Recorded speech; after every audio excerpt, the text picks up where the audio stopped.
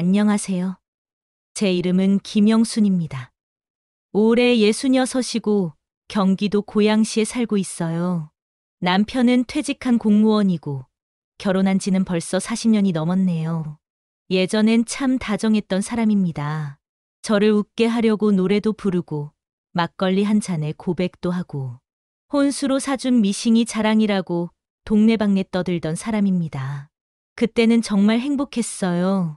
아침에 눈 뜨면 우리 영순이 일어났네 하며 볼에 뽀뽀도 해주고 퇴근하면서 꽃 한 송이라도 사들고 와서 예쁜 아내한테 하며 건네주던 사람이었어요. 그런데 언제부턴가 달라졌어요. 정확히 언제라고는 말 못하겠지만 아마 제가 엄마가 된 이후였던 것 같아요. 첫째 아이를 낳고 둘째까지 낳고 그러면서 저는 점점 김영순이 아닌 다른 사람이 되어갔습니다. 처음엔 이 엄마가 되었고 그 다음엔 그냥 밥하는 사람, 청소하는 사람, 리모컨 찾는 사람이 되었죠. 아이들이 어릴 땐 그래도 괜찮았어요. 육아에 바빠서 남편의 변화를 크게 느끼지 못했거든요.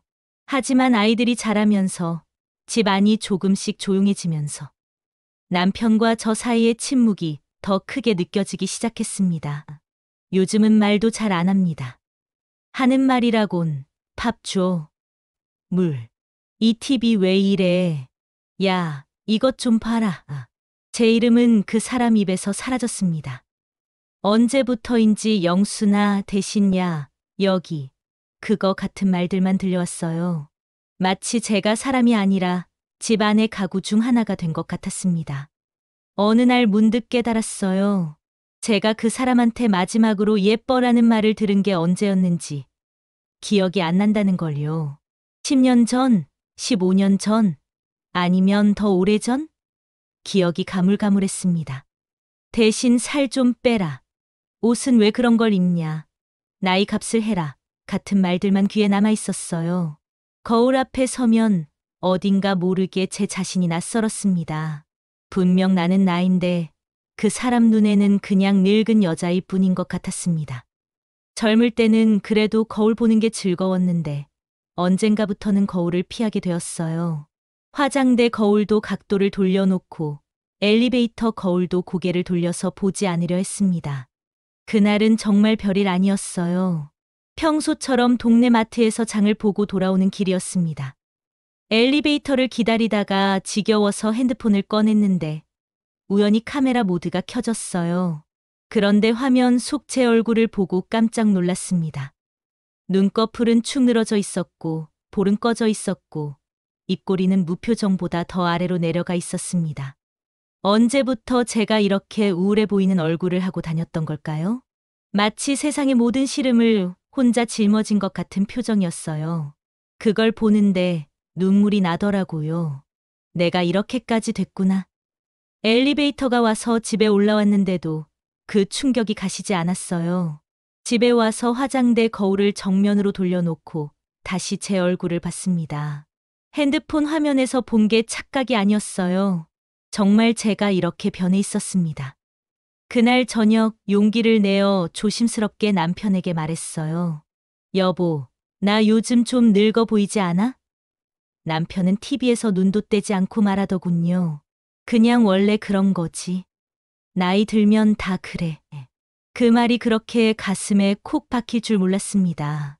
마치 너는 늙어서 어쩔 수 없는 사람이니까 포기해라는 말로 들렸어요. 그날 밤 잠이 오지 않았습니다. 저는 한참을 휴대폰을 붙잡고 있었습니다. 눈꺼풀 처짐, 노화 리프팅, 쌍꺼풀 같은 단어를 태어나서 처음으로 검색했어요.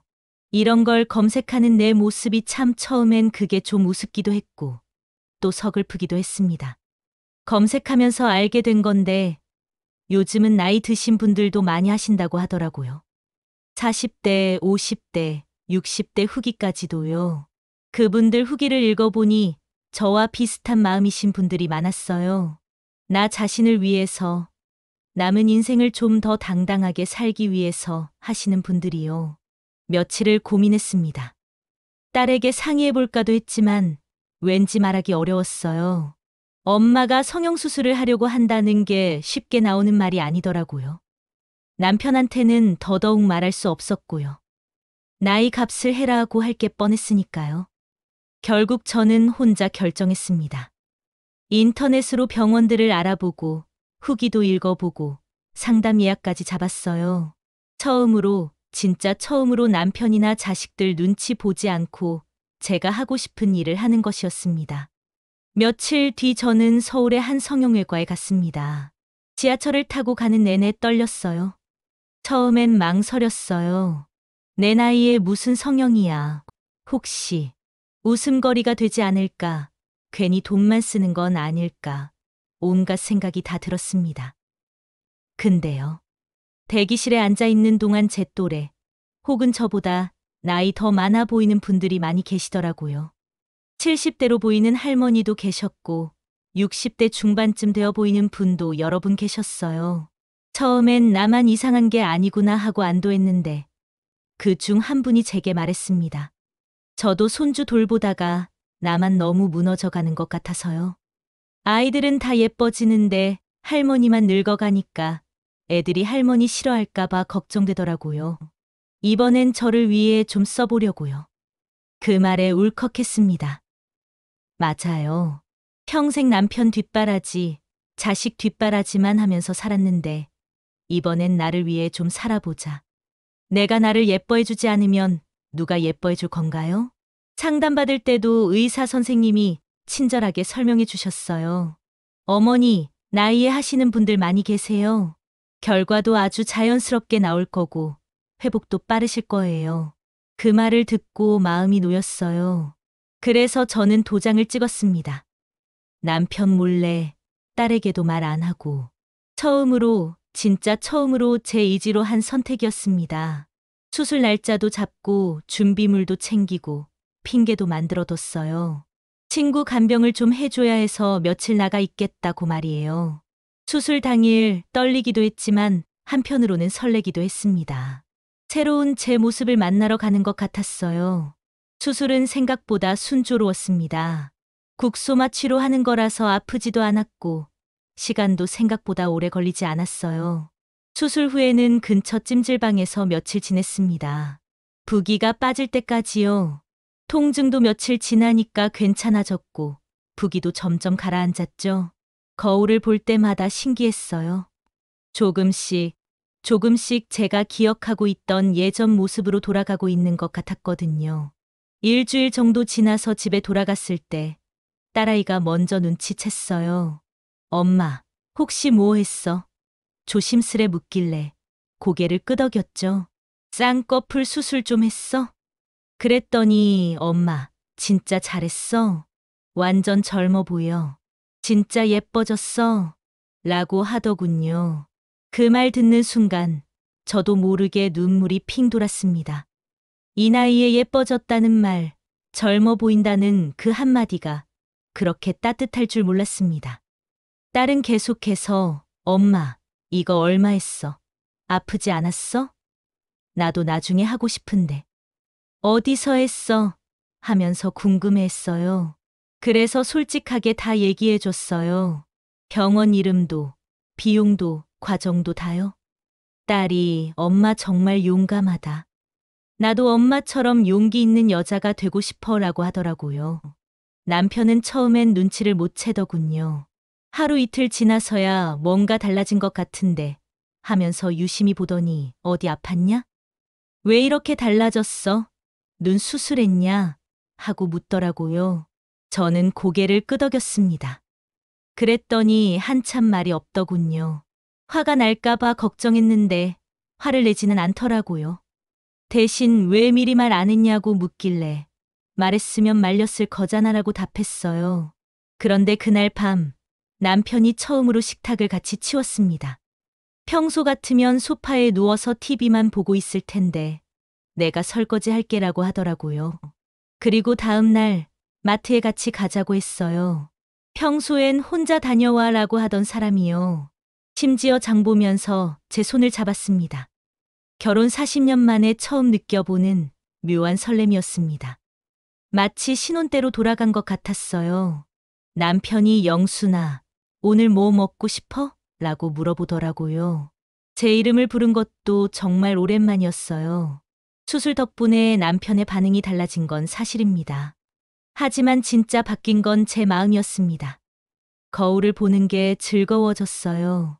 예전엔 거울을 피했는데 이제는 거울 앞에 서서 오늘 좀 괜찮네 하면서 웃을 수 있게 됐거든요. 화장을 다시 시작했습니다. 젊을 때 쓰던 화장품들을 다 버리고 새로 샀어요. 요즘 나온 좋은 제품들로요. 비비크림도 바르고 립스틱도 바르고 볼터치도 해봤어요. 거울 속 제 모습이 환해 보였습니다. 동네 문화센터 수업도 등록했어요. 요가 수업하고 서예 수업을 신청했거든요. 요가는 몸을 건강하게 하려고, 서예는 마음을 차분하게 하려고요. 수업 가는 날이 기다려졌어요. 새로운 사람들을 만나는 것도 즐거웠고요. 사진도 다시 찍기 시작했습니다. 예전엔 가족 사진 찍을 때도 뒤로 빠지려고 했는데, 이제는 가운데 서서 찍어요. SNS도 새로 시작했어요. 제 일상을 올리고, 맛있게 먹은 음식 사진도 찍고, 예쁜 꽃 사진도 찍어서 올려요. 친구들이 영순이 완전 달라졌네. 젊어 보인다 하면서 좋아해요. 책도 읽고 오래전에 접어두었던 뜨개질도 꺼냈습니다.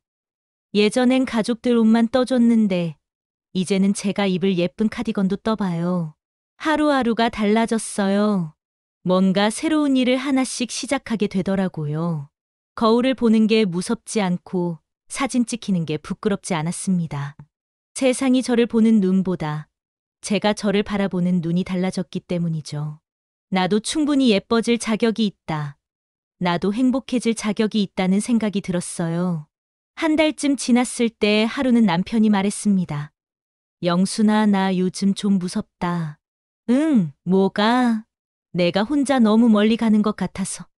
그 말에 저는 웃었습니다. 나 이제 나를 좀 챙기기로 했어. 당신이 잊고 있었던 나 말이야. 잊고 있었던 나?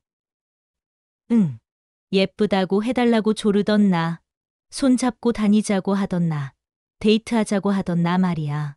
그날을 당신이 어디다 두고 왔는지 모르겠지만 나는 그날을 다시 찾기로 했어. 그는 아무 말 없이 제 손을 잡더군요. 예전엔 그렇게 낯설던 그 손이 조금은 따뜻해졌습니다. 그리고 미안하다고 했어요. 내가 당신을 너무 당연하게 여겼나 봐. 그날 밤 우리는 정말 오랜만에 많은 얘기를 나눴어요.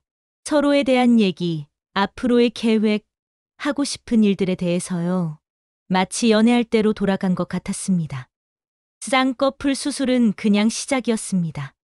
남편에게 예뻐 보이고 싶어서가 아니라 이젠 나를 보기 시작한 겁니다. 내가 내 인생의 주인이라는 걸 늦게나마 알게 된 거죠. 수술을 한 지 이제 6개월이 넘었어요. 지금도 저는 매일 아침 거울을 봅니다. 그리고 이렇게 말하죠.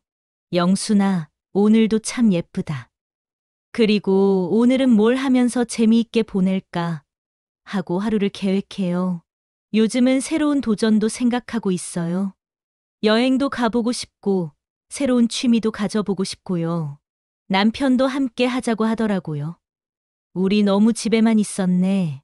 어디 가볼까 하면서요.